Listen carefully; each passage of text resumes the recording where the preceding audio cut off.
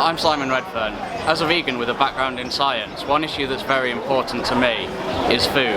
Where the food we eat comes from, how sustainable it is, and what scientific and technological advancements there are that can change our relationship with food. There isn't enough farmland in the world to accommodate for the world's increasing appetite for meat products. The UN reported in 2006 that livestock accounts for 30% of the entire Earth's surface.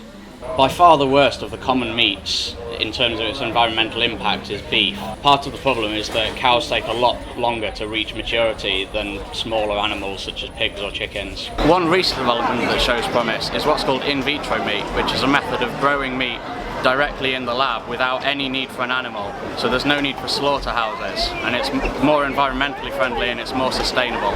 Although often thought of as a new idea, in vitro meat was predicted by Winston Churchill in 1932 when he said, "We shall escape the absurdity of growing a whole chicken in order to eat the breast or wing by growing these parts separately under a suitable medium." The way the process works is a tissue sample is taken from a living animal and encouraged to multiply many times over in a growth medium.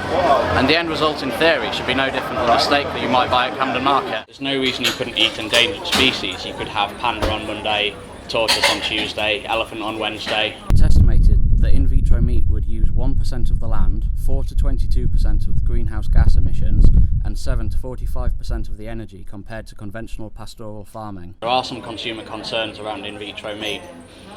For instance, you could compare it to genetically modified foods, which despite no evidence of harm, there is still backlash against. Initially the taste was a little bit off due to the amount of fat present and the way that the fat is integrated into the rest of the tissue, but recently some in vitro meat products have been eaten by the researchers that they have said do taste almost identical to meat. One thing that is still a problem with in vitro meat at this stage is the growth medium that's used for it is something called bovine fetal serum, which is a byproduct of slaughterhouses.